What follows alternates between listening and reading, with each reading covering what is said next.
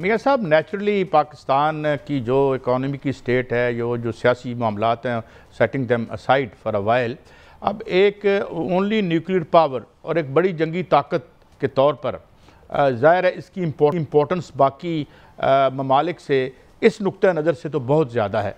ये अलग बात है कि हम कर्ज़ों के बोझ तले दबे हुए इन नलायकों और इन लोगों की वजह से हैं जो हुक्मरान हैं हमारे, लेकिन एक तरफ हमारा ये अगर नेगेटिव तो पॉजिटिव ये है तो हमें इग्नोर तो नहीं किया जा सकता। इसलिए बड़ी ट्रंप साहब ने हमें वहाँ पे अहमियत भी दी और बड़ा पैम्पर भी किया।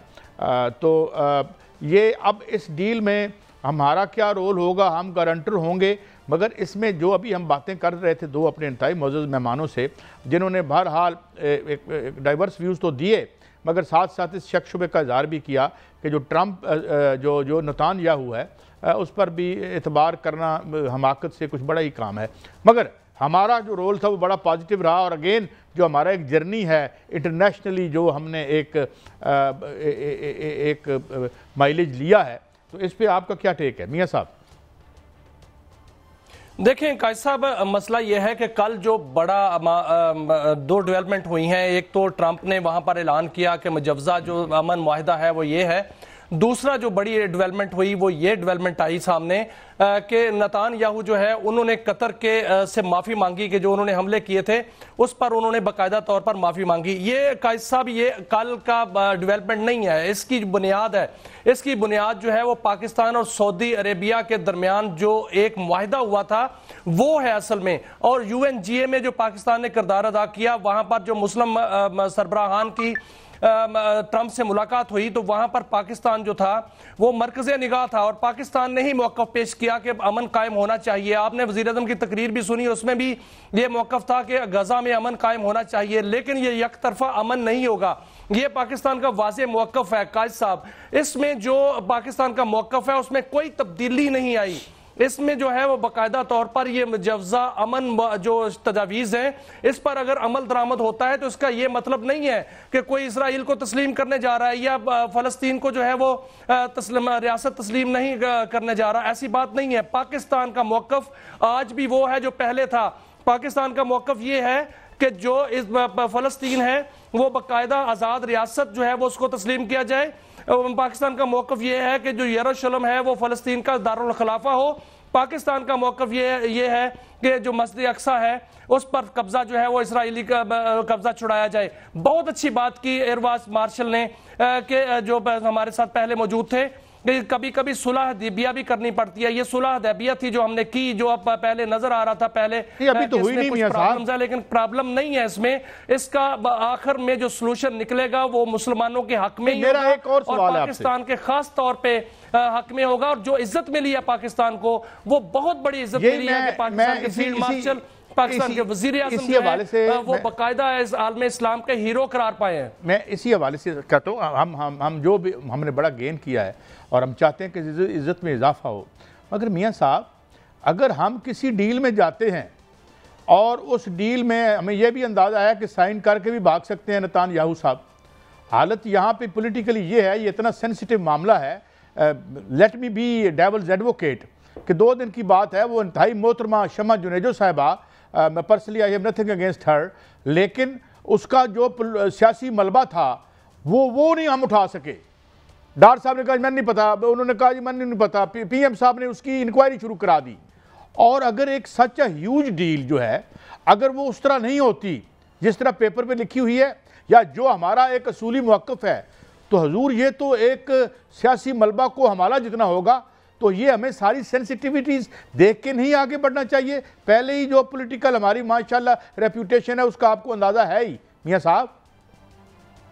देखें कायद साहब, ये सारी सेंसिटिविटी देखकर ही पाकिस्तान आगे बढ़ रहा है, बड़ा फूंक फूंक के कदम रख रहा है। इस वक्त पाकिस्तान का मुकाम ये है कि पाकिस्तान जो है वो आलम इस्लाम का लीडर बन चुका है और फील्ड मार्शल और वज़ीर-ए-आज़म जो हैं वो वाक़तन हीरो बन चुके हैं। आप अंदाज़ा करें कि बाकायदा तौर पर नेतन्याहू के साथ खड़े होकर पाकिस्तान की बाकायदा तारीफ करना, और पाकिस्तान का मौक़िफ़ यह है कि हमारा मौक़िफ़ नहीं बदला, हमारा मौक़िफ़ वही है जो पहले दिन से है।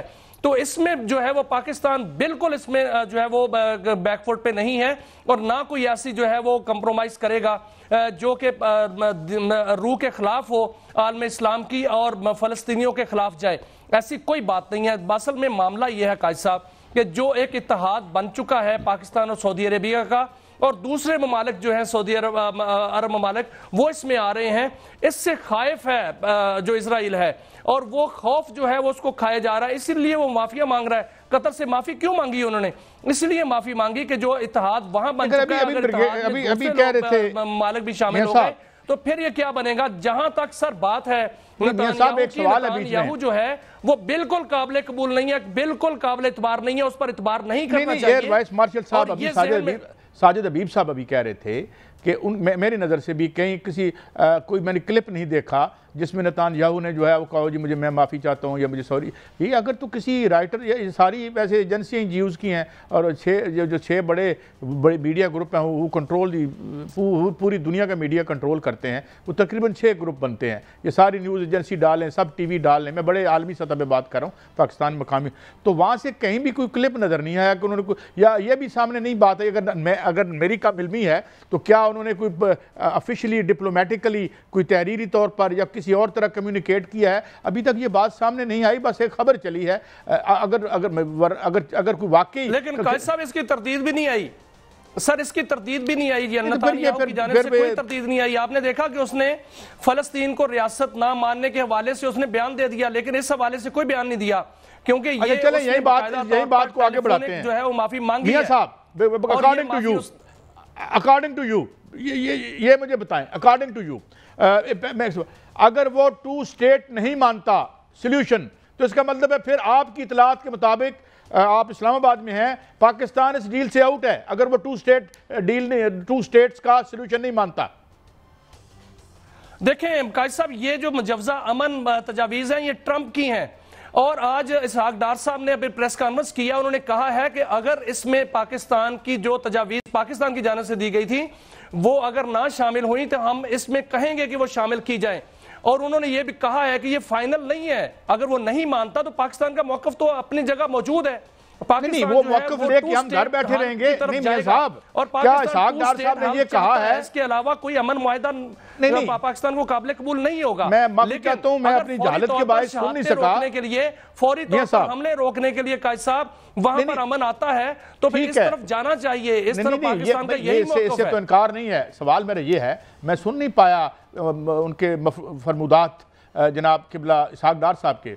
उन्होंने ये कहा है कि अगर ये शामिल नहीं होती हमारी तजावीज़ तो we will be out of the deal.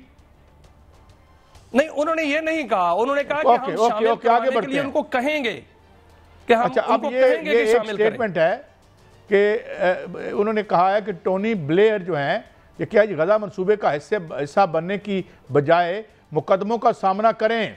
एक ऑस्ट्रेलवी सेनेटर ने कहा है बिकॉज उनके हाथ रंगे हुए हैं उस खून से जो कि बरतानवी फौजियों का था जो वहां मारे गए और उन शहीदों का था जो इराक में मारे गए। अब ये वेस्ट से ये आवाज़ें उठ रही हैं।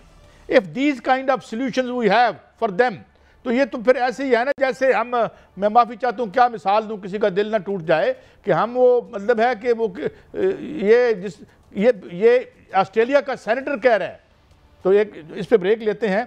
So I don't think it's going to be a very smooth sailing, and I have personally as a student, a very small time student of history, I believe it will not be easy for those who want to strike this deal and with very unreliable partner on the other side of the fence, and it might have a huge political cost. Let's see who would bear that.